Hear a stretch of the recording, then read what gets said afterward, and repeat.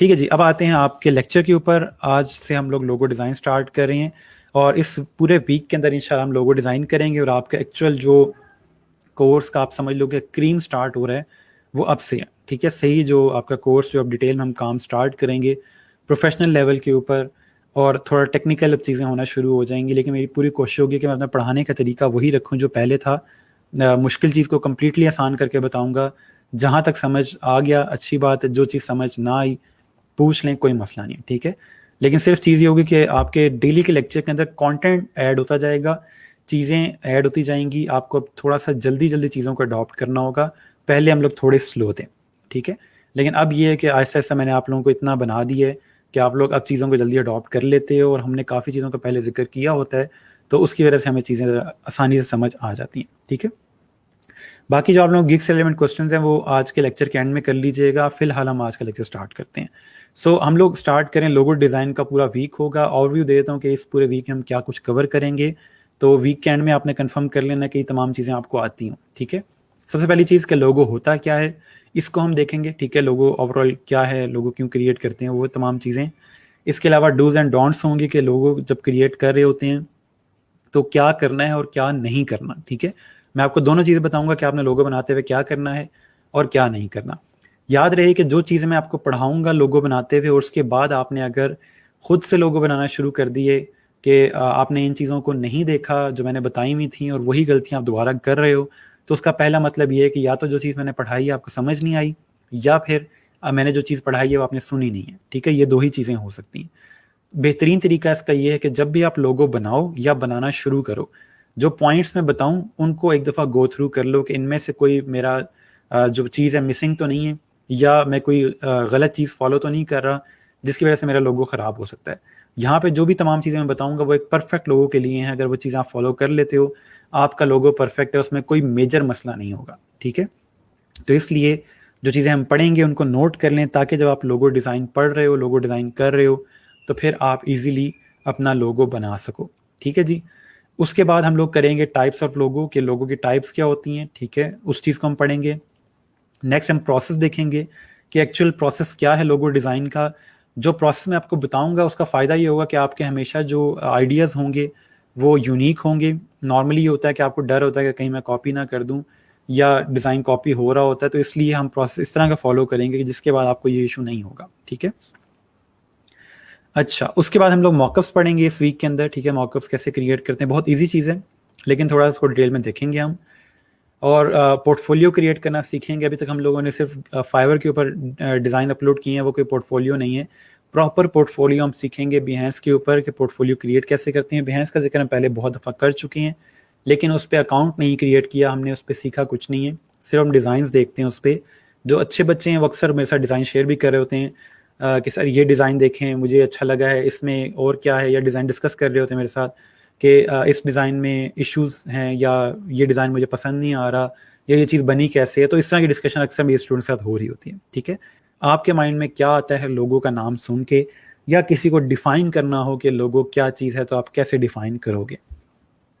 उसके बाद फिर मैं आपको बताता हूँ कि एक्चुअल लोगो होता क्या है। जो बेहतरीन एक डेफिनेशन है वो मेरे पास यहाँ पड़ी हुई है, आप उसको देखोगे तो आपको आइडिया हो जाएगा, जो कि विकीपीडिया से ली गई है। सिंपल मतलब ये है आपके लोगों का कि एक ऐसा ग्राफिक मार्क, कोई ऐसा एम्बलम, कोई ऐसा सिंबल जिसका मकसद सिर्फ ये है कि वो एड यानी कि आपकी हेल्प करे और प्रमोट करे पब्लिक रिकग्निशन को, कि पब्लिक में आपके ब्रांड को रिकग्नाइज किया जा सके उस सिंबल को देख के, उस एम्बलम को देख के, या उस ग्राफिक मार्क को देख के कि आपने ऐसी कोई चीज़ क्रिएट की है, कोई ऐसा ग्राफिक क्रिएट किया है, कोई ऐसा एलिमेंट क्रिएट किया है कि जिसको देखते ही पब्लिक बता सके कि अच्छा ये तो उस कंपनी का मार्क है या उस कंपनी का लोगो है। ठीक है, टोटल पर्पस जो है लोगो डिज़ाइन का वो सिर्फ ये है कि आप ऐसा कोई सिंबल क्रिएट कर देते हो कि जिसको देख के पब्लिक बता सके कि अच्छा ये इस कंपनी का है।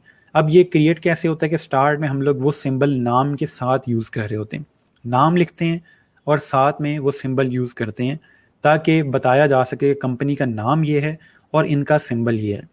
कुछ सालों बाद नाम हटा दिया जाता है और जस्ट सिंबल यूज़ किया जाता है ताकि आहिस्ता आहिस्ता रिकग्निशन स्टार्ट हो उस सिंबल की। बड़ी जितनी कंपनीज हैं अब वो अपना कंप्लीट नाम नहीं लिखती, वो सिर्फ अपना सिंबल यूज़ करते हैं और देख के बताया जा सकता है कि अच्छा ये उनकी कंपनी है। आहिस्ता आहिस्ता वो उस सिंबल को और मिनिमल करते जाते हैं और सिंपल करते जाते हैं, क्योंकि लोगों का पर्पज़ ये है कि आपका लोगो सिंपल हो, सिंपल हो, सिंपल हो। लोगों का पर्पज़ हरगिज़ ये नहीं है कि आप अपनी डिज़ाइन स्किल्स शो कर रहे हो। यही वजह है कि लोगो में और इलस्ट्रेशन में दोनों में फ़र्क होता है। इलस्ट्रेशन बहुत डिटेल्ड होती है, लोगो बहुत सिंपल होता है, ठीक है? और यही फ़र्क है लोगो और आइकन में। आगे चल के मैं फ़र्क बताऊंगा डिटेल में कि आइकन और लोगो में डिफ्रेंशिएट कैसे किया जाता है, ठीक है? तो लोगो का मैंने आपको बता दिया कि लोगो का पर्पज़ ये होता है कि ऐसा सिंपल सिंपल किस्म का कोई मार्क, कोई एम्बलम हम क्रिएट कर दें कि जिससे पब्लिक रिकॉग्नाइज कर सके। अब सवाल ये कि भाई सिंपल क्यों करें जब हम इतने अच्छे डिज़ाइन क्रिएट कर सकते हैं? उसको सिंपल इसलिए किया जाता है कि आसान चीज़ को याद रखना बहुत ईजी है आपके लिए। अगर आपने कोई सिंपल चीज़ क्रिएट की है, सिंपल मार्क क्रिएट किया, उसको याद रखना, उसको डिफ्रेंशिएट करना बहुत आसान होता है, ठीक है? अब नाइकी का लोगो है फॉर एग्जांपल, उसको अगर कॉपी करेगा फ़ौरन पता चलेगा कि नाइकी के लोगो कॉपी कर रहे हैं और उस तरह की कोई चीज़ क्रिएट करना चाह रहे हैं। लेकिन अगर कोई बहुत डिटेल, बहुत कम्प्लेक्स लोगो होगा, उसमें आप थोड़े बहुत चेंजेस करके अपना लोगो क्रिएट कर लेते हो, तो दोनों लोगो मिक्सअप हो सकते हैं, ठीक है? तो इसलिए या अक्सर औकात जो पब्लिक होती है वो फ़र्क नहीं बता सकती कि यार ऐसा मैंने कोई और भी कंपनी देखी हुई है, अब पता नहीं ये वो है या कोई और है। आप एप्पल की फॉर एग्जांपल देखते हो, आप फ़ौरन बता सकते हो कि ये एप्पल की प्रोडक्ट है, लेकिन अगर एप्पल का बहुत डिटेल लोगो होगा, तो आप नहीं बता सकते कि इन दोनों में से कौन-सा एक्चुअल एप्पल का प्रोडक्ट है। तो इसलिए कोशिश ये की जाती है कि अपने प्रोडक्ट के जो लोगोज़ हैं उनको सिंपल रखा जाए, ठीक है जी? ओके जी, सो यहाँ तक हमारी एक डेफिनेशन थी। कुछ लोगोज़ मैं आपको दिखा देता हूँ ताकि आपको थोड़ा-सा एक माइंड में फ्रेश हो जाए कि एक्चुअल में लोगोज़ होते किस तरह के। जिन अफ़राद को, जिन स्टूडेंट्स को नहीं पता कि लोगो क्या है या जस्ट इधर-उधर नाम सुना है, तो उनको थोड़ा आइडिया हो जाएगा कि लोगो क्या होता है। अब आपके सामने यहाँ पे डिफरेंट लोगोज़ हैं, कुछ के कलर सेम है लेकिन स्टिल कोई एग्जैक्ट तरीका नहीं है। किसी ने नाम ऊपर लिखा हुआ है, किसी ने साइड पे लिखा हुआ है, किसी ने अंदर लिखा हुआ है, किसी ने कोई शेप यूज़ की हुई है, किसी ने यहाँ पे देखें फॉर एग्जांपल नाम लिखा ही नहीं हुआ। तो डिफरेंट मेथड्स हैं, डिफरेंट तरीके हैं लोगो क्रिएट करने के, डिफरेंट टाइप्स है लोगोस की। तो ये सारी हम पढ़ेंगे और देखेंगे कि ओवरऑल लोगो क्रिएट कैसे होता है, पीछे कॉन्सेप्ट क्या होता है, टेक्स्ट कहाँ लिखना है, मार्क कहाँ लगाना है, और हर चीज़ को डिटेल में देखेंगे। कलर कौन सा यूज़ करना है, किस कंपनी के साथ कौन सा कलर आता है, उस सब कुछ को हम कवर करेंगे, ठीक है? तो मेरी पूरी कोशिश है कि हम ये जितना भी कंटेंट है उस सारे को एक दफ़ा घोल के पी लें ताकि हमारे जो लोगो डिज़ाइनिंग का काम हो वो बेहतरीन हो, ठीक है जी? सो इस तरह के आपके नॉर्मल लोगोज़ होते हैं। अब लोगो डिज़ाइन को स्टार्ट करने लगे हैं हम लोग, थोड़ा समझने लगे हैं कि ये ओवरऑल स्टार्ट किस तरह होता है, करते किस तरह है, क्या करना है, क्या नहीं करना। तो डूज़ एंड डोंट्स पे आते हैं पहले कि हमने क्या कुछ करना है और क्या कुछ नहीं करना, ठीक है? तो सबसे पहली चीज़ ये है कि आपने जब भी लोगो स्टार्ट करना है, लोगो क्रिएट करना है, सबसे पहले आपको ब्रांड का पता हो कि जिसका आप लोगो क्रिएट कर रहे हो, एटलीस्ट आपको ये पता हो कि वो करते क्या हैं, ठीक है? उनका काम क्या है? आपको सबसे पहले नाम पता होता है, नाम तो पता ही होगा, ठीक है? वो नॉर्मल सी चीज़ है, आपको कंपनी का नाम पता होगा तो आप लोगो डिज़ाइन करोगे। ऐसा तो नहीं है कि वो कह देगा कि रियल एस्टेट की कंपनी उसका लोगो बना दो, तो आप नाम पता होगा तो आप उसका लोगो कंप्लीट करोगे, ठीक है? अगर वो कहता है कि आपको नाम बता दिया लेकिन आपको ये नहीं पता कि वो कंपनी करती क्या है, तो फिर आपके लिए मुश्किल हो सकता है। क्योंकि आपको जब नाम पता चलता है, जब उसका काम पता चलता है, तो आप खुद से टारगेट ऑडियंस सेट कर सकते हो कि अच्छा इसकी टारगेट ऑडियंस होगी, वो यंगस्टर होंगे या इन्वेस्टर्स होंगे, ठीक है? डिफरेंट बिजनेस होंगे, कोई लॉ मेकिंग कंपनी है वो डिफरेंट होगी। तो इस तरह की आपको खुद ही आइडिया हो जाता है कि मुझे इसके लोगों को कितना सिंपल करना है, कितना फंकी करना है, वो आप खुद से चीज़ें खुद से एडजस्ट कर सकते हो। लेकिन मेन चीज़ ये है कि आपको ब्रांड का पता हो। अब साथ साथ मैं आपको बताता जाऊँगा कि हमने क्लाइंट से रिक्वायरमेंट किस तरह लेनी होती है। हम आगे चल के वेबसाइट भी देखेंगे, वहाँ पे भी बहुत डिटेल में हमें समझ आता है कि रिक्वायरमेंट क्लाइंट से किस तरह की ले रहे होते हैं और क्या क्या रिक्वायरमेंट्स लेते हैं। लेकिन नॉर्मली जब क्लाइंट फाइवर के ऊपर आपके पास आता है तो आप उससे उसका नाम पूछते हैं, ब्रांड का नाम क्या है, और अगर उनकी कोई वेबसाइट है तो आप वो वेबसाइट ले लेते हो। अगर वेबसाइट नहीं है तो आप उससे कहते हो कि एटलीस्ट एक पैराग्राफ के अंदर अपने ब्रांड को डिफाइन कर दें ताकि मैं समझ सकूं कि आप लोग क्या करते हैं, आप प्रोडक्ट्स किसके लिए क्रिएट कर रहे हो, आपकी टारगेट ऑडियंस क्या है, ताकि मैं थोड़ा सा इस चीज़ को माइंड में रखते हुए डिज़ाइन क्रिएट करूं, ठीक है? तो कभी भी लाइफ में ये नहीं करना कि आपको क्लाइंट ने नाम बता दिया है और आपने देखा है जी उसका नाम जो है वो बी से शुरू होता है, बस पकड़ा बी और बी का लोगो बना के नीचे उसका नाम लिख दिया, चलो जी ये बन गया लोगो। इंतहाई काम चोरी वाला काम है कि आप अगर अल्फ़ाबेट को यूज़ करते हुए लोगो क्रिएट कर रहे हैं और आप कंपनी का नाम नहीं यूज़ करें, उसकी प्रोडक्ट को यूज़ नहीं करें, आप उसके ओवरऑल एस्थेटिक्स को यूज़ नहीं करें, आपने बस नाम पकड़ा है बी देखा, बी से स्टार्ट होता है, पकड़ा बी और बी का लोगो बना दिया। इंतहाई काम चोरों वाला काम है ये, इसलिए मैं अवॉइड करूंगा कि आप में से भी ये कोई ना करे, ठीक है। ये पुराना तरीका था, एक इंतहाई लेम मेथड है लोगो डिज़ाइन करने का। क्रिएटिविटी अगर आपके पास नहीं होती तो फिर आप ये काम कर रहे होते हैं, अनलेस के क्लाइंट खुद कहे कि हमारा नाम जो है इससे स्टार्ट होता है, मैं चाहता हूँ कि ये जो अल्फ़ाबेट है ये हमारे नाम में है, तो डेट्स फाइन, क्लाइंट की रिक्वायरमेंट है। लेकिन खुद से अगर आप ये करोगे बहुत बुरी चीज़ है। ये नहीं है कि ये नहीं करनी चाहिए या लोगो डिज़ाइन के अंदर ये मना करते हैं, बात ये है कि ये काम चोरों वाला काम है कि आपने बस ठीक है यार बना देते हैं, आप पैसे ले रहे हो उससे, आप रिसर्च के पैसे ले रहे हो, हर चीज़ के पैसे ले रहे हो, तो काम पूरा करके दो। तो इसलिए आप में से कोई बच्चा भी ये वाला काम तब तक नहीं करेगा जब तक क्लाइंट खुद नहीं कहता। क्या नहीं करेगा कि कभी भी उसके नाम के फर्स्ट लेटर को उठाया और उसका आपने लोगो बना दिया, कि बी को उठाया, डिफरेंट किस्म के बीज बनाए और दे दिया, ये ले जी, ठीक है। मैं आपको आगे बताऊंगा कि इस सिनेरियो में कि जब उसकी कंपनी से कुछ ना बन रहा हो, आपको समझ नहीं आ रही कि इसकी कंपनी क्या करती है या जो काम करते हैं उसको हम किस तरह डिफाइन कर सकते हैं, तो उस सिनेरियो में हमने क्या करना है, ठीक है। तो मैं बताऊंगा फिर आपको वहां पे आप लोग क्या करोगे, लेकिन कभी भी उसके अल्फ़ाबेट के साथ प्ले करके उसका लोगो नहीं क्रिएट करोगे, ठीक है। ये इंतहाई कामचोर वाला काम है, और मुझे पता है कि आप लोग कामचोर नहीं, आप इंतहाई हार्ड वर्किंग स्टूडेंट्स हैं और हार्ड वर्किंग डिज़ाइनर बन रहे हैं। सो इसलिए मैं एक्सपेक्ट नहीं कर रहा कि आप में से कोई ऐसा काम करेगा, ठीक है जी। नेक्स्ट हमें ब्रांड का पता चल गया। अब आपने हमेशा जो लोगो स्टार्ट करना है वो पेपर और पेंसिल से करना है, कभी भी डायरेक्ट लैपटॉप पे बैठ नहीं जाना काम करने। हमेशा आपको क्लाइंट ने नाम बता दिया, अपनी हिस्ट्री बता दी, अपना काम बता दिया, आप पकड़ें पेपर और पेंसिल और स्टार्ट करें। इस प्रोसेस को और डिटेल में आगे चल के मैं बताऊंगा कि कैसे क्रिएट करना है, बट बताने का मकसद ये है कि हमेशा स्टार्ट ये आपका पेंसिल और पेपर से होगा। पेंसिल सिंपल आपकी जो नॉर्मल पेंसिल होती है, साथ इरेजर रख लें ताकि आपको कोई मसला ना हो। पेन से ना बनाइएगा, कभी भी पेन से स्केचिंग नहीं करनी है आपने। पेन से स्केचिंग करते हुए आपके माइंड में एक थोड़ा सा लिमिट होती है कि इस पेन को मैं मिटा नहीं सकता, जो भी मैंने बनाना है एक ही दफ़ा बनाना है, ठीक है। सो इसलिए पेन से स्केचिंग मत कीजिएगा। पेंसिल नहीं है तो दुकान से ले लें, 5 रुपए की पेंसिल मिल जाती है। दूसरी चीज़, पेपर कौन सा यूज़ करना है। पेपर आपने A4 ब्लैंक पेपर यूज़ करना है, लाइनों वाला पेपर नहीं यूज़ करना, ठीक है। आप लोग मेरे साथ प्रॉपर क्लास में पढ़ते हो तो मैं आपको और ज़्यादा डिटेल में समझाता, लेकिन फ़िलहाल मैं जस्ट बता सकता हूँ यहाँ से, आप लोगों ने ब्लैंक पेपर विदाउट लाइंस वाला A4 प्रिंटिंग वाला जो पेपर होता है वो 1 रुपए का मिल जाता है एक पेपर। तो अगर आपको प्रोजेक्ट के लिए क्लाइंट अगर 6,000-7,000 रुपये दे रहा है तो उसमें से 1 रुपये का अगर आप इन्वेस्ट कर लोगे तो कोई मसला नहीं है। तो इसलिए आपने एटलीस्ट जो आपके ब्लैंक पेपर हैं वो यूज़ करने हैं। सवाल ये आता है लाइनों वाला पेपर क्यों नहीं यूज़ करना सर, वो भी तो यूज़ कर सकते हैं, मेरे पास तो वो पूरे पूरे रजिस्टर पड़े हुए हैं लाइनों वाले के।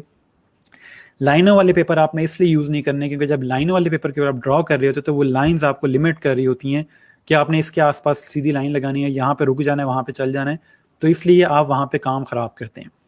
पेंसिल और प्लेन पेपर के साथ आपने काम करना है क्योंकि आपके माइंड में उस टाइम इतना फिर मसला नहीं होता कि इसको मैं इरेज नहीं कर सकता, इसको दोबारा नहीं लिख सकता, या पेपर ज़ाया नहीं हो सकता, इस तरह कोई टेंशन नहीं होती, आप आराम से बैठे काम कर सकते हैं। स्केच बुक मिल जाती है आपको, स्केच बुक यूज़ कर लो, उस पर प्लेन पेपर होता है, डेट्स फाइन, कोई मसला नहीं है, ठीक हो गया। तो इसलिए स्केच बुक का मैं इसलिए नहीं कह रहा, स्केच बुक थोड़ी सी महंगी होती है, आप हमें अपने पेरेंट्स को तंग करोगे कि जी मुझे स्केच बुक चाहिए, ये 600 रुपये वाली स्केच बुक लेनी है मुझे। मैं आपको आसान 10 रुपये के अंदर अंदर काम बता रहा हूँ, ठीक है।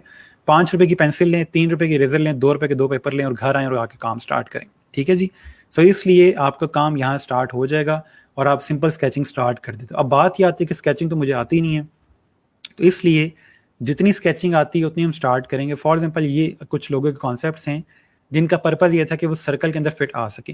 ये एक बड़े डिज़ाइनर ने काम किया हुआ, हम इसको खुद से कंपेयर नहीं करें, लेकिन दिखाने का मकसद ये है कि स्केचिंग भी ईजी हो सकती है और प्रॉपर मैनेज की जा सकती है, ठीक है। इससे मैं आपको और सैंपल दिखाता हूँ। ये देखें फॉर एग्जांपल, अब जिस बच्चे की स्केचिंग अच्छी नहीं है वो एटलीस्ट इस तरह की कोई चीज़ क्रिएट कर ही सकता है, ठीक है। ये इस तरह की चीज़ तो बना ही सकते हैं आप, जितनी भी आपको पेंसिल तो पकड़नी आती होगी, ठीक है। अब इसने एल और बी का कॉन्सेप्ट क्रिएट किया हुआ है, क्लाइंट ने कहा होगा कि हम लोग एल और बी का कॉन्सेप्ट क्रिएट करना चाहते हैं।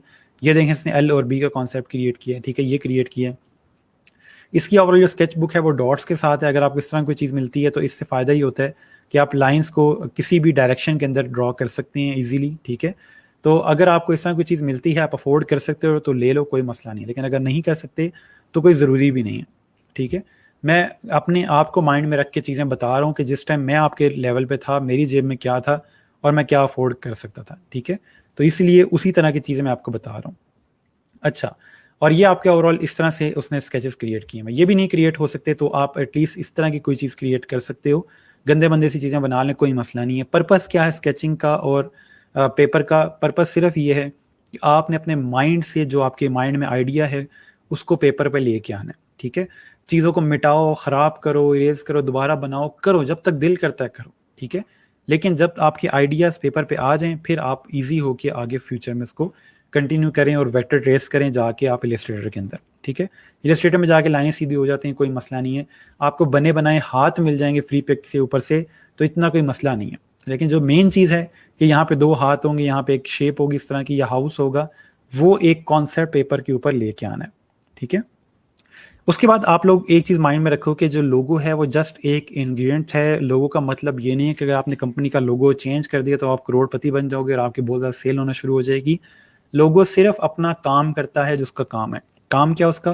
कि उसने रिकग्निशन देनी है आपके यूज़र को, आपके कस्टमर को, कि अच्छा ये जो चीज़ है इस ब्रांड की। इसके अलावा लोगों का काम नहीं है कि वो आपकी सेल को बढ़ाएगा, लेकिन लोगो आपकी सेल को कम कर सकते हैं। अगर आपका लोगो प्रोफेशनल नहीं है, बहुत ही इमेच्योर किस्म का लोगो आपने बनाया हुआ है, या आपने रीब्रांडिंग की है और आपके जो कस्टमर हैं उनको वो नया लोगो पसंद नहीं आया, तो उससे आपकी सेल अफेक्ट हो सकती है।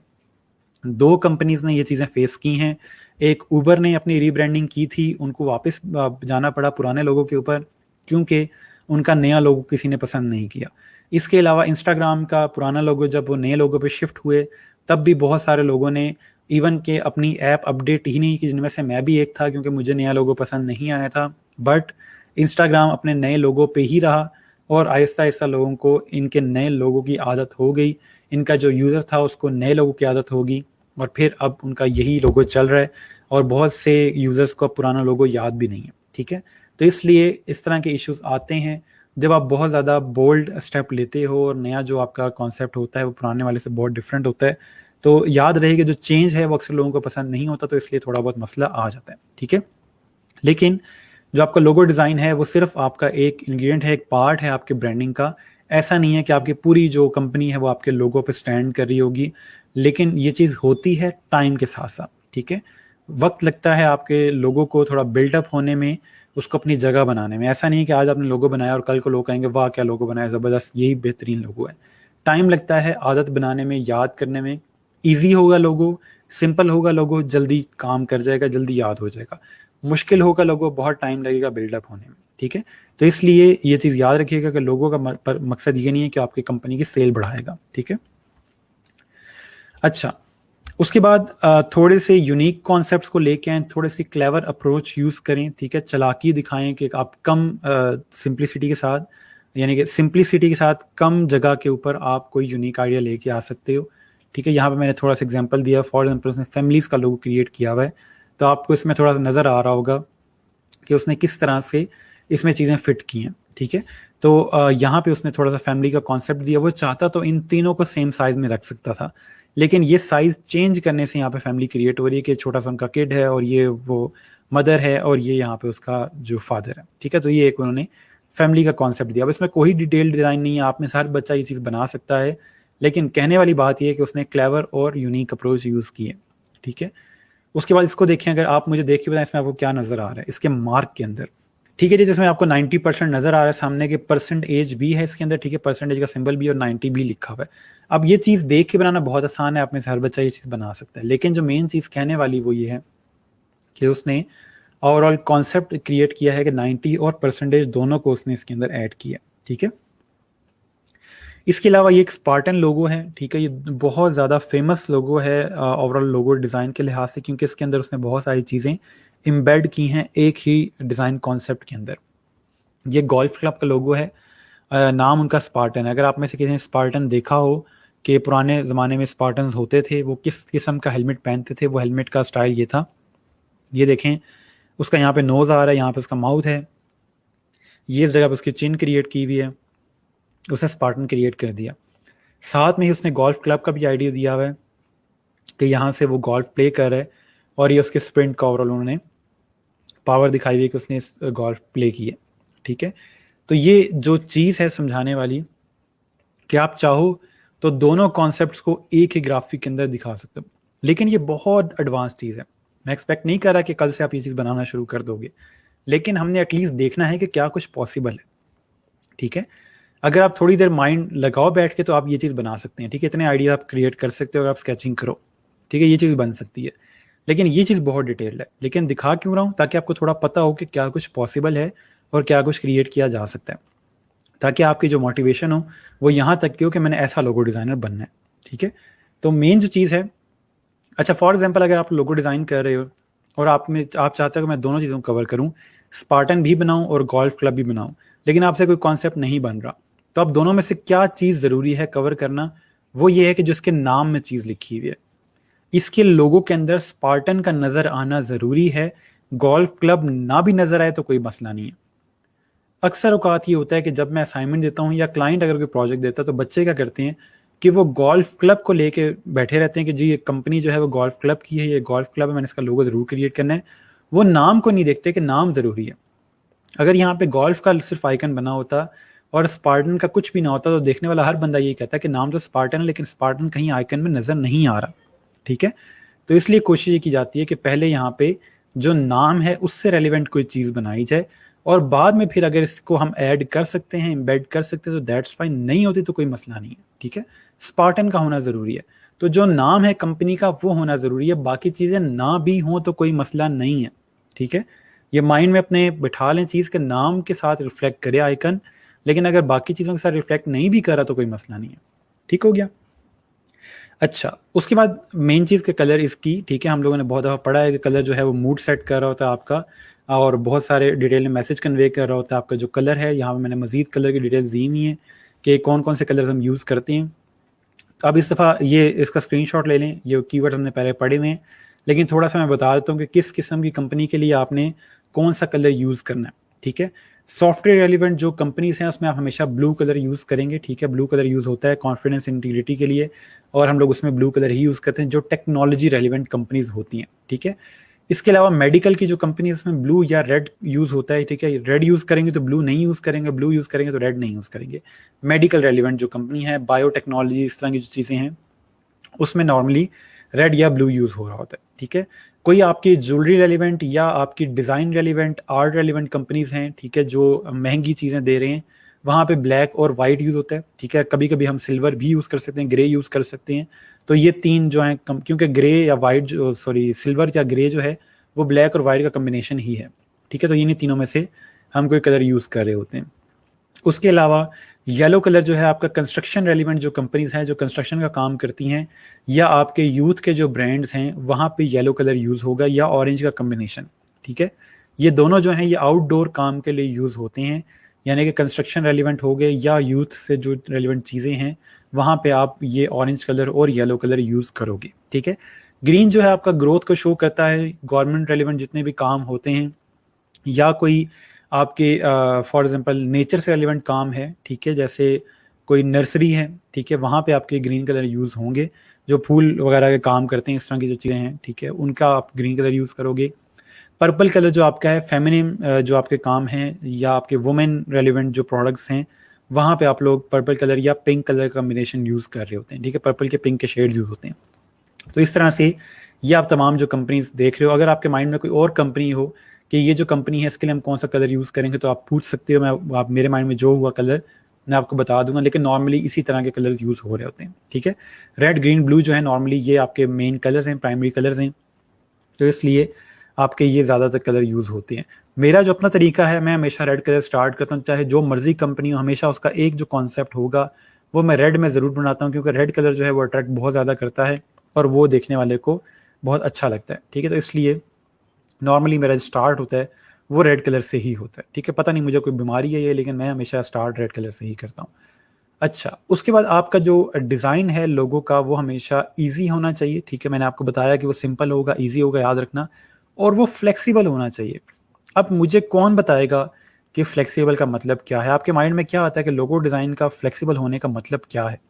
क्या आपका जो लोगो है वो बहुत फ्लेक्सिबल है? इसका क्या मतलब है? डेफिनेशन के लिहाज से फ्लेक्सिबल लोगो का मतलब है वो यही है कि कल को अगर हम कोई प्रोडक्ट ऐड करते हैं, जैसे एप्पल का लोगो है, वो कल को लैपटॉप सेल कर रहे हैं, मोबाइल सेल कर रहे हैं, एक वीआर सेट अगर वो सेल करना शुरू कर देते हैं, उनको अपना लोगो चेंज करने की ज़रूरत नहीं है, ठीक है, क्योंकि उनके लोगो के अंदर ये चीज़ नहीं है। तो इसलिए कोशिश ये करेंगे कि हम लोग भी जो लोगो क्रिएट करें वो इतना फ्लेक्सिबल हो कि अब जो कंपनी है उसकी जब प्रोडक्ट चेंज हो तो उसका लोगो चेंज ना हो। पाकिस्तान में क्या होता है, अगर कोई मोबाइल कंपनी की शॉप ओपन करता है तो वो कहता है कि हमारा लोगो बना दो, एक दुनिया बनी हो, ग्लोब बना हो, उसके साइडों पे डिफरेंट मोबाइल बने हो। अब वो बंदा जब बैठ के मोबाइल डालता है तो वो बटनों वाले मोबाइल डालता है, 5 साल बाद जो है जी, बल्कि 2 साल बाद ही बटनों वाले मोबाइल आउटडेटेड हो जाते हैं, उसकी दुकान के बाद बटनों बटनों वाले मोबाइल लगे होते हैं और सबको लगता है कि इसके पास सिर्फ पुराने मोबाइल हैं। तो ये थोड़ी सी चीज़ें हैं कि आप लोगों ने जो लोगो क्रिएट करना है वो इतना फ्लेक्सिबल हो कि इसके अंदर कोई भी प्रोडक्ट जो है वो डिपेंड ना करे। जैसे नाइकी का लोगो है, उसमें कोई प्रोडक्ट डिपेंड नहीं करे, वो कल को जो चीज़ चाहे सेल कर सकते हैं सेम अपने लोगों के साथ, ठीक है। उसके बाद जी इंस्टेंट सक्सेस ना एक्सपेक्ट कीजिएगा आप कि हमने आज लोगो बना दिया और सबको पसंद आ जाएगा, ये डिफरेंट चीज़ें हैं, ठीक है। आपको थोड़ा टाइम लगता है लोगो को थोड़ा सा याद करवाने में, कंपनीज जो हैं वो बहुत टाइम लगाती हैं, बहुत पैसे लगाती हैं कि हमारा जो लोगो है वो सबको याद हो जाए, ठीक है। हम अपने एंड से क्या कर सकते हैं कि हम लोग जितनी भी लोगो डिज़ाइन के रूल्स हैं उन सबको फॉलो करें। अगर हमने सारे रूल्स फॉलो किए हैं और जो डिज़ाइनर्स हैं वो हमारे डिज़ाइन को ओके करते हैं कि आपका लोगो ठीक है, कस्टमर्स जो हैं वो टाइम लेंगे याद करने में, तो इतना कोई मसला नहीं है उसमें, ठीक है। इसके अलावा बिहेंस वगैरह के ऊपर आपको बहुत ज़्यादा कमेंट्स वगैरह इस तरह के मिल जाते हैं, लोग बता देते हैं कि आपका लोगो अच्छा बना है या नहीं बना हुआ। डिफरेंट आपके डिज़ाइन फीडबैक के ग्रुप्स हैं बहुत ज़्यादा, ठीक है, उस तरह की चीज़ें हैं। तो ये हम लोग कोशिश करेंगे कि इस तरह की चीज़ें फॉलो करें ताकि हम लोग अपने डिज़ाइन जो हैं वो रिव्यू करवा सकें, बिहेंस के ऊपर देख सकते हैं। अब इवन कि मुझे सेंड कर दें, मैं बता दूंगा, ठीक है।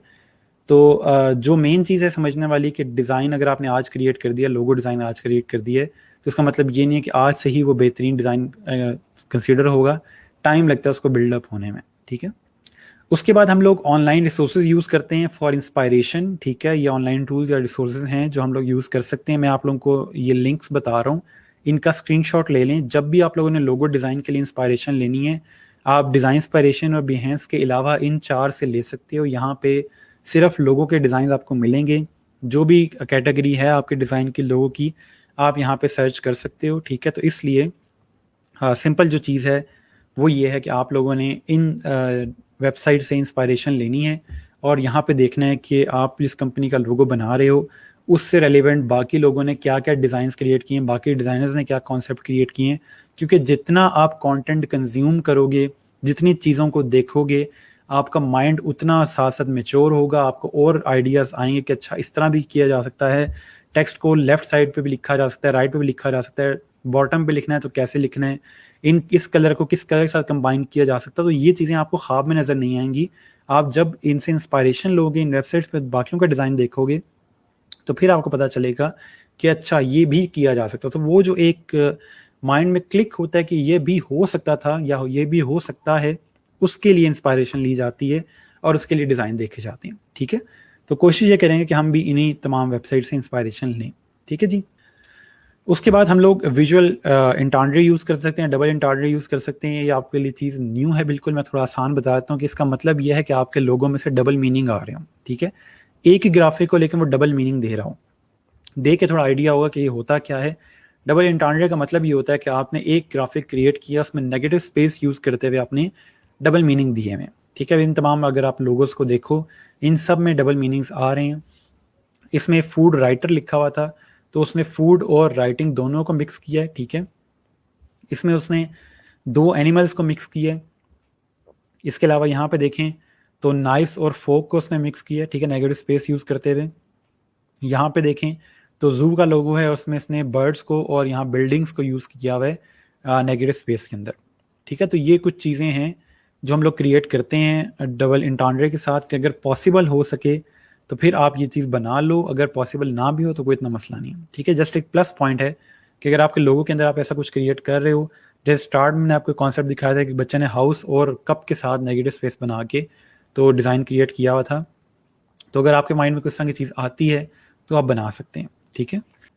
इसके अलावा यही बात है कि आपका जो लोगो है वो आपकी ऑडियंस के लिए है, वो आपके क्लाइंट के लिए नहीं है, ना ही वो आपके लिए है, ठीक है। आप जो चीज़ बना रही हैं वो आपने सिर्फ अपने आप को माइंड में रख के नहीं बनानी कि मुझे चीज़ अच्छी लग रही है तो बस ठीक है, और ना ही क्लाइंट को ये चीज़ अच्छी लगी है तो ठीक है, लेकिन जो मेन चीज़ है माइंड में अपने क्या रखना है कि मेरी जो ऑडियंस है, जिसने ये लोगो यूज़ करना है, जिसने लोगो देखना है, उसको ये चीज़ पसंद आए। ठीक है जी। नेक्स्ट, हमेशा कोशिश करें कि आपका जो डिज़ाइन हो वो डिफरेंट हो, ठीक है, ताकि आप स्टैंड आउट कर सको बाकी तमाम चीज़ों से। ये नॉर्मली हर लोगों में होता है कि अगर जो मैं आपको प्रोसेस बता रहा हूँ, आप उस प्रोसेस को फॉलो करते हो, तो खुद ब खुद जो आपका डिज़ाइन है, खुद ब खुद जो आपका लोगो है, वो डिफरेंट हो जाता है। तो एज सच उसमें जो यूनिकनेस है वो आपके प्रोसेस से आएगी जब प्रोसेस फॉलो करते हो। लेकिन अगर प्रोसेस फॉलो नहीं करोगे, नेट से चीज़ें उठाओगे, वही सेम कलर, वही सेम लोगो यूज़ करते जाओगे, तो फिर आपका लोगो डिफरेंट नहीं बनेगा। ठीक है, लेकिन याद रहे कि होता कुछ इस तरह से है कि जिन लोगों से आप अपने कमेंट्स ले रहे होते हो, वो ना तो या तो डिज़ाइनर नहीं होंगे या वो आपकी ऑडियंस में नहीं होंगे। ठीक है, तो कोशिश ये करें कि आप जिन लोगों से चीज़ पूछ रहे हो, या तो वो बंदा डिज़ाइनर हो, आप उसको बताओ कि ये मैंने लोगो बनाया है, कंपनी ये है, ये काम करती है, ताकि उसके माइंड में एक स्केच क्रिएट हो जाए। लेकिन अगर वो बंदा ऑडियंस में फॉल नहीं करता, तो फिर उसको माइट भी वो लोगो पसंद है। अब जैसे मैं लोगो बनाता हूँ और मैं अपनी अम्मी से कहता हूँ कि अम्मी ये देखें लोगो कितना अच्छा बना है। अम्मी कहेंगी ये कलर कितने अजीब से डाले हैं तुमने, और ये मोटा सा बंदा इसमें क्या कर रहा है। मैं कहूँगा अम्मी ये मोटा सा बंदा नहीं, ये बी लिखा हुआ है। तो कहेंगे अच्छा अच्छा। तो क्या होगा, क्योंकि वो ऑडियंस में नहीं थी, तो वो कहेंगे कि ये लोगो अच्छा नहीं बना हुआ। लेकिन जिस ऑडियंस के लिए आप बना रहे हो, उसी ऑडियंस के फैक्टर में कोई बंदा होगा जो उस लोगो को देखेगा, तो फिर वो कहेगा हाँ ठीक है लोगो, ठीक है, तो आपको अच्छी एक फीडबैक दे सकता है। उसके बाद हमारे पास, मैं बार बार एक ही चीज़ कह रहा हूँ कि चीज़ों को सिंपल रखें, सिंपल रखें। लेकिन मज़े की बात है कि मैं इतनी दफ़ा जो चीज़ कह रहा हूँ, फिर भी आप लोगों ने अपने लोगों को सिंपल नहीं रखना, क्योंकि आपके माइंड में होगा मैं सब कुछ इसके अंदर डाल दूँ ताकि मैं दिखा सकूँ कि मैं एक डिज़ाइनर हूँ। ठीक है, डिज़ाइनर वो होता है कि जो चीज़ इतनी सिंपल डिज़ाइन करके एक सोल्यूशन प्रोवाइड करे। डिज़ाइनर वो नहीं होता कि जो चीज़ों को मुश्किल बनाया था। मैं अक्सर कहता हूँ कि चीज़ों को आसान बनाना बहुत मुश्किल है, लेकिन उनको मुश्किल बनाना बहुत आसान है। ठीक है, आप उसके अंदर चीज़ें डालते जाओगे, वो बहुत ज़्यादा मुश्किल बन जाएगा, उसको देखना बहुत मुश्किल हो जाएगा। लेकिन चीज़ों को आसान बनाना बहुत मुश्किल है। आप परेशान रहते हो कि मैं इस चीज़ को रिमूव करूँ या ना करूँ। ठीक है, तो ये थोड़ा-सा कोशिश कीजिएगा कि चीज़ों को सिंपल रखें। देखें अपने डिज़ाइन को कि इसमें से और क्या चीज़ रिमूव की जा सकती है। ये नहीं देखना कि इसमें ऐड क्या किया जा सकता है। ऐड करने का तो बहुत कुछ ऐड हो सकता है। माइंड में देखें कि आप इसमें से क्या रिमूव कर सकते हैं, जिससे ओवरऑल आपके लोगों को अफ़ेक्ट नहीं पड़ेगा। अच्छा, उसके बाद आप लोगों ने प्रोपोर्शन और सिमेट्री को देखना है। प्रोपोर्शन और सिमेट्री का मतलब ये होता है कि आपका जो डिज़ाइन है वो आपके टेक्स्ट के साथ सेट आ रहा है या नहीं आ रहा है, या आपने जो चीज़ें अपने डिज़ाइन में ऐड की हुई हैं, ऐसा ना हो कि कुछ एलिमेंट्स बहुत छोटे हों और कुछ एलिमेंट्स बहुत बड़े हों। इनको मैं आगे चल के एग्जांपल के साथ भी दिखाऊंगा, ठीक है, लेकिन इसके लिए नॉर्मली गोल्डन रेशियो का कॉन्सेप्ट यूज़ होता है। गोल्डन रेशियो एक बहुत बड़ा कॉन्सेप्ट है, बहुत डिफरेंट चीज़ है, बहुत डिफ़िकल्ट चीज़ है, जिसको सीखने में आपको सालों लग जाते हैं। ठीक है, लेकिन काम कैसे करती है वो मैं आपको कोशिश करता हूँ कि आपको आसानी से समझा दूँ कि गोल्डन रेशियो का कभी आप नाम सुनो तो आपको पता हो कि ये काम करती कैसे है। ठीक है, ये अब आपके सामने एक लोगो है जो कि गोल्डन रेशियो पे बना हुआ है। ठीक है, अब ये हुआ क्या है, इसके साथ इन्होंने किया क्या हुआ है और ये सब कुछ हो क्या रहा है, इसको थोड़ा समझने के लिए मैं आपको दिखाता हूँ। गोल्डन रेशियो जी काम करती है फाइबोनेक्सी सीरीज के ऊपर। फाइबोनाची भी कहा जाता है उसको। आप लोगों ने मैथ में पढ़ी होगी कि जो पहला नंबर है उसका सम लिया दूसरे के साथ और फिर अगले का सम लिया, तीसरा बन गया, करते करते सम ऐड करते जाते हैं और आपके नेक्स्ट नंबर आते जाते हैं। अगर हम यहाँ पे देखें तो 1 को 1 के साथ ऐड किया 2 हो गया, 2 और 1 को ऐड किया 3 हो गया, 3 और 2 को ऐड किया 5 हो गया, 5 और 3 को ऐड किया तो 8 हो गया। यानी कि लास्ट 2 नंबर ऐड होंगे तो अगला नंबर जनरेट हो जाएगा। तो ये आपका ओवरऑल जो है फाइबोनेक्सी सीरीज क्रिएट कर रहा होता है।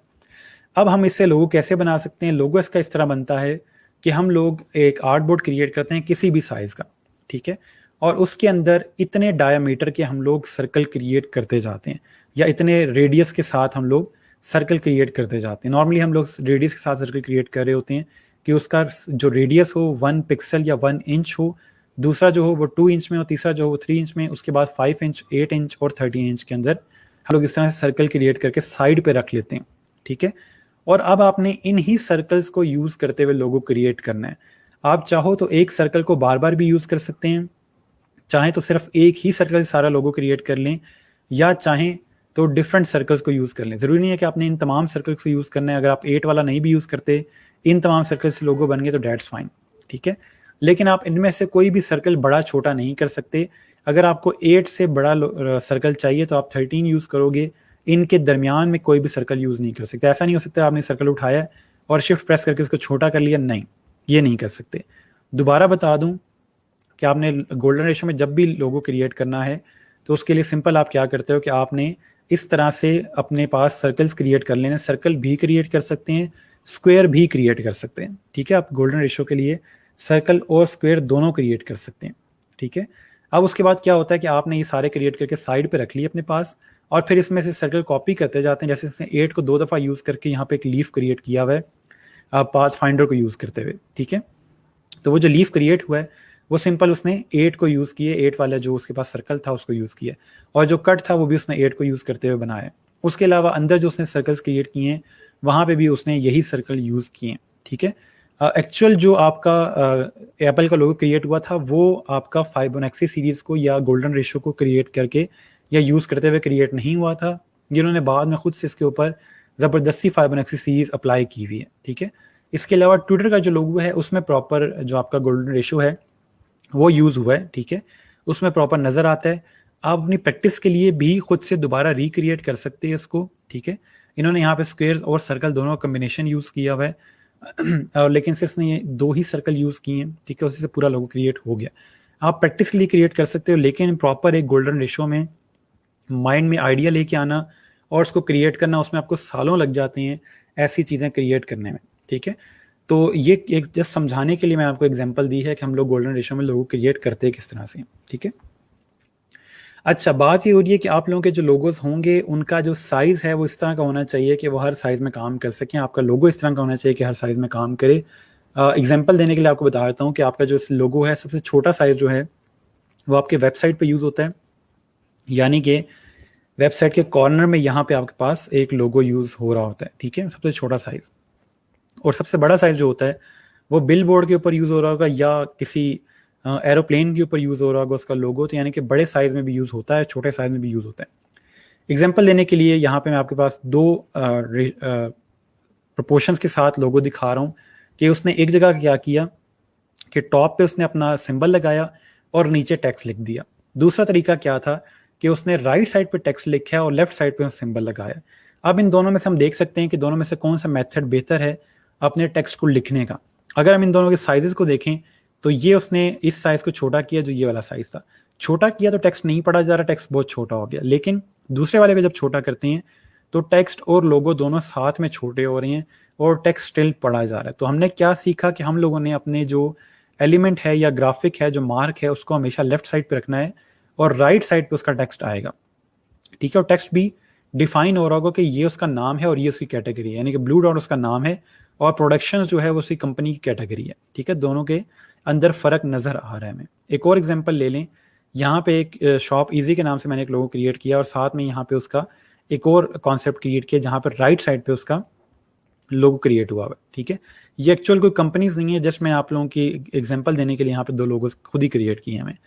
तो अब यहाँ पे अगर हम देखें तो शॉप इजी का इसने राइट साइड पे टेक्स्ट लिखा है और एक उसने टेक्स्ट लिखा है बॉटम पे। दोनों को अगर हम छोटा करते हैं तो यहाँ पे इसको पढ़ना बहुत मुश्किल है, लेकिन इसको पढ़ना बहुत आसान है। आइकन भी क्लियर है और साथ में टेक्स्ट भी क्लियर है। ठीक है, तो इसलिए हम लोग कोशिश ये करते हैं कि आपके पास जो भी टेक्स्ट हो वो हर साइज के अंदर पढ़ा जा सके, आपका जो लोगो हो हर साइज के अंदर नजर आए। ठीक है जी, तो ये एक तरीका है आपका अपना लोगो और उसका जो टेक्स्ट है उसको लिखने का। तो हम लोग हमेशा जब टेक्स्ट लिखेंगे कोशिश करेंगे कि उसको राइट साइड पे ही लिखें। ठीक है, उसके बाद नेगेटिव स्पेस को अगर आप यूज़ कर सकते हो तो नेगेटिव स्पेस को इंट्रोड्यूस करो अपने डिज़ाइन के अंदर। ठीक है, यहाँ पे मैं दोबारा एग्जांपल दिखा रहा हूँ नेगेटिव स्पेस की। फेडेक्स के अंदर अगर आप ढूंढ सकते हो नेगेटिव स्पेस तो मुझे बताओ कि नेगेटिव स्पेस कहाँ यूज़ हो रही है। इसके अंदर आपको नज़र आ रहा होगा कि शिफ्ट के अंदर उसने एच लिखने के लिए नेगेटिव स्पेस यूज़ की है। फेडेक्स में कहाँ पे नेगेटिव स्पेस है, किसी को नज़र आ रही है? ठीक है जी, यहाँ पे एक्स के अंदर उन्होंने एक एरो क्रिएट किया हुआ है क्योंकि फेडेक्स जो है वो आपके जैसा TCS है पाकिस्तान के अंदर, ठीक है, चीज़ें मूव करने के लिए यूज़ होता है, उसी तरह से लॉजिस्टिक्स वगैरह के लिए, और उन्होंने एरो यूज़ किया रिप्रेजेंट करने के लिए कि हम मूव करने चीज़ को। ठीक है, तो फेडेक्स जो है आपका इस काम के लिए उन्होंने अपना लोगो जो है उसमें यहाँ पे एरो क्रिएट किया हुआ है। ठीक है, एक्स और ई के दरमियान नेगेटिव स्पेस के अंदर। उसके बाद हम कभी भी इमेजेस यूज़ नहीं करते अपने लोगोस के अंदर, ना आपने कभी कहीं पे इमेज यूज़ होता हुआ देखा होगा लोगों में। कोई बता सकता है कि फ़ोटोग्राफ क्यों नहीं यूज़ करते हम लोगों के अंदर? वैसे तो हम लोगों ने पहले ही चीज़ जिक्र की हुई है कि हम लोग फ़ोटो डिज़ाइन में यूज़ नहीं करते जहाँ पे हम लोगों के पास साइज़ का इशू आ रहा हो कि हमने चीज़ को बड़ा छोटा करना है, क्योंकि फ़ोटो जो होती है पिक्सल्स में होती है, ठीक है, इसलिए हम लोग फ़ोटो यूज़ नहीं करते। इसके अलावा आपका जो लोगो है वो काफ़ी टाइम के लिए बनता है, 10-10 साल 15-15 साल लोगो चेंज नहीं होता। लेकिन जो फ़ोटो है, अगर आपने फ़ोटो यूज़ की होगी तो टाइम के साथ साथ बहुत पुरानी लगना शुरू हो जाती है, ठीक है। इसलिए कोशिश की जाती है कि आपका लोगो जो है वो टाइमलेस हो, हम जितना टाइम चाहें उसको यूज़ कर सकते हैं। जैसे एप्पल का, नाइकी का लोगो है, वो जितना टाइम चाहें उसको यूज़ करें, वो ना भी चेंज करें तो चल सकता है वो, ठीक है। तो इसलिए कोशिश की जाती है कि आपका लोगो जो हो वो टाइमलेस हो, जब तक चाहें उसको यूज़ करें।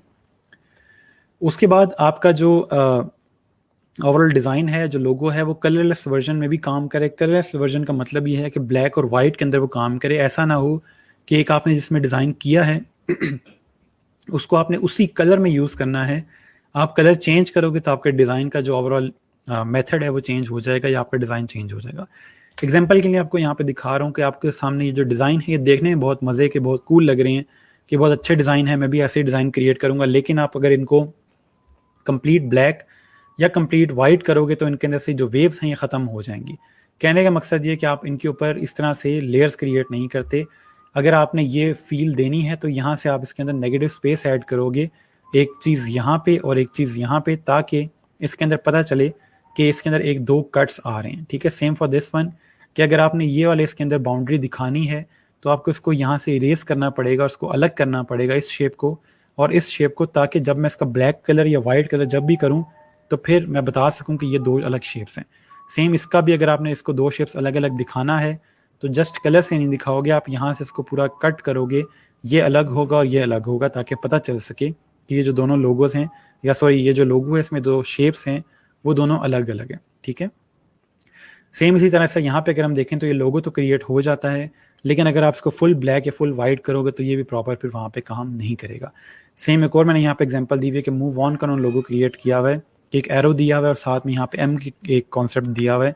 अब देखने में ये अच्छा लग रहा है, ग्रेडियंट यूज़ किए उन्होंने, डेट्स फाइन। लेकिन जब इसको फुल ब्लैक करते हैं, फुल वाइट करते हैं तो ये इस तरह का हो जाता है। अब ये कहीं इसमें एम नज़र नहीं आ रहा, कहीं कुछ नज़र नहीं आ रहा, तो पूरा जो आपका कॉन्सेप्ट है वो चेंज हो जाएगा, ठीक है। तो ये एक मसला है इसके अंदर, अगर आप इस तरह के लोगोस क्रिएट करते हो। अगर आपने ये क्रिएट करना है तो उसको यहाँ से आप कट करोगे, ठीक है, ताकि आप इसके अंदर ये शेप बरकरार रख सको।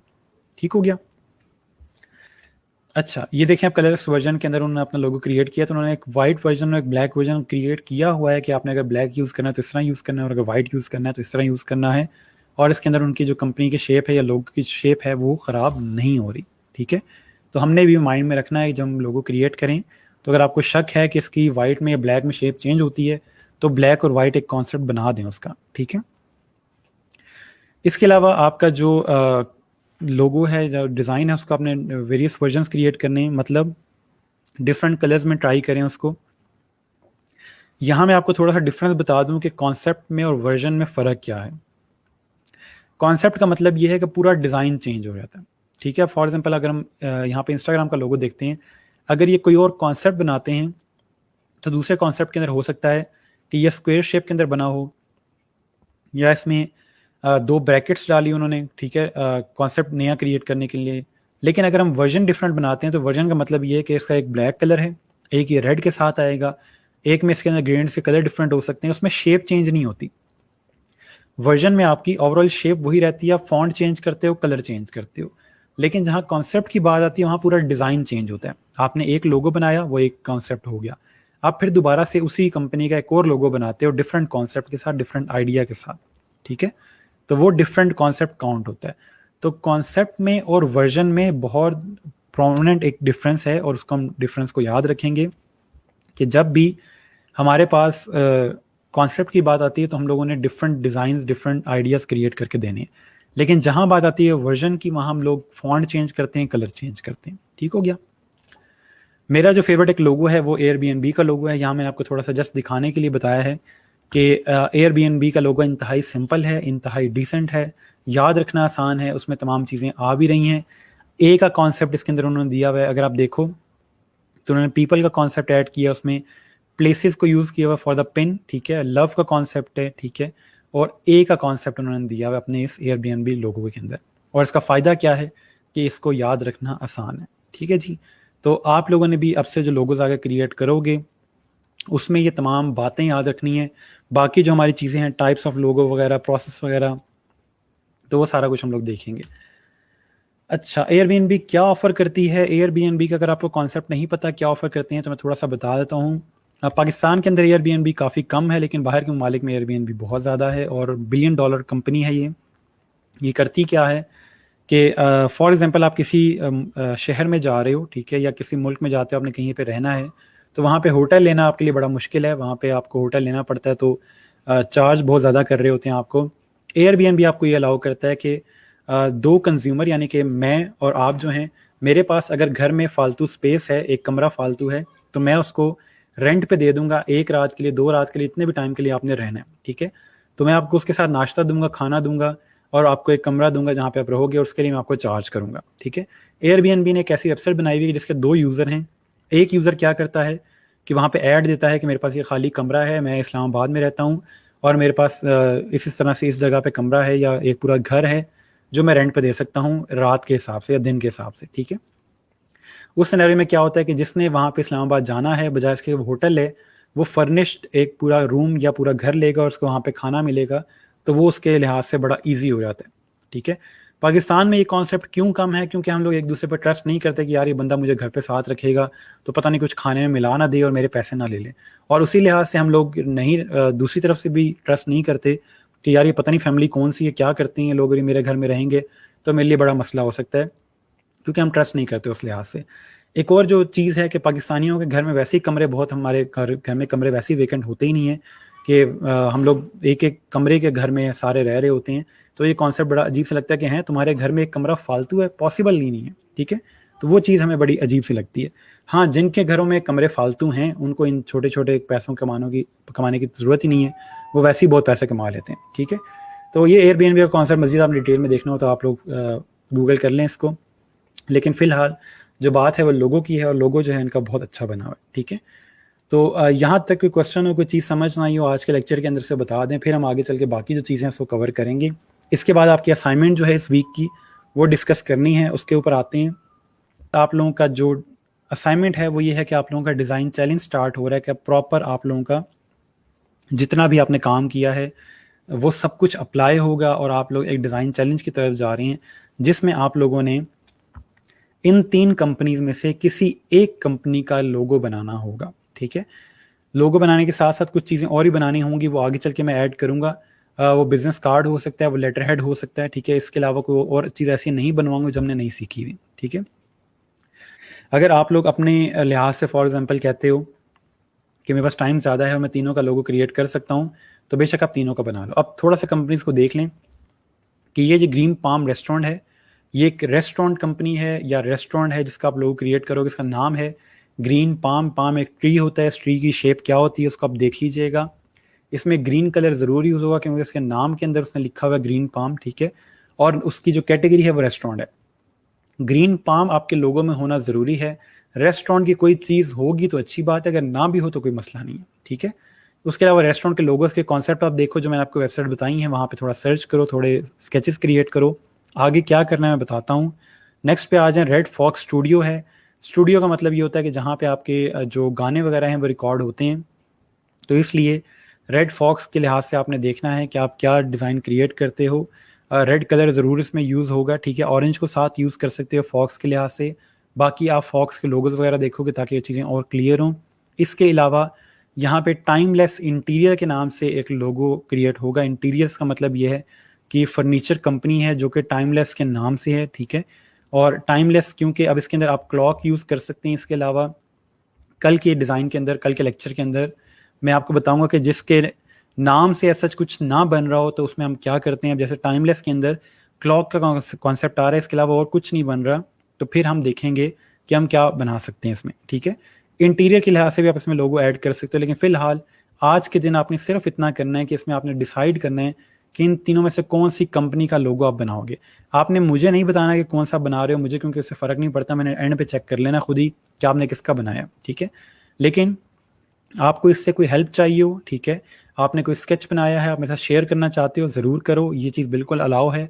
पूरे टेस्ट के अंदर या पूरे चैलेंज के अंदर आपको कहीं भी मेरी हेल्प चाहिए, मैं आपकी पूरी हेल्प करूँगा। आपने डिज़ाइन ख़राब बनाया उसको ठीक करवाऊँगा, सब कुछ बताऊँगा। तो इसमें कोई इतना मसला नहीं है, ठीक है। आपकी जहाँ भी इशू आता है, कोई भी मसला आता है, कोई भी चीज़ है, किसी किस्म का आपको मसला आ रहा है, टूल में आ रहा है, कोई चीज़ नहीं बन रही, किसी भी किस्म का इशू फेस करते हो, तो मैं उसके लिए हाजिर हूँ, ठीक है जी। तो इन तीनों में से आपने एक का नाम डिसाइड कर लें आज के दिन। अगर स्केचेस बना सकते हैं, माइंड में कोई स्केच आ रहे हैं तो बना लें, वरना कल हम लोग प्रोसेस पढ़ेंगे तो उससे चीज़ और ज़्यादा आसान हो जाएगी, ठीक है। ठीक हो गया जी। सो यहाँ तक का हमारा आज का लेक्चर था, ठीक है। इंशाल्लाह कल हम लोग लोगो प्रोसेस देखेंगे।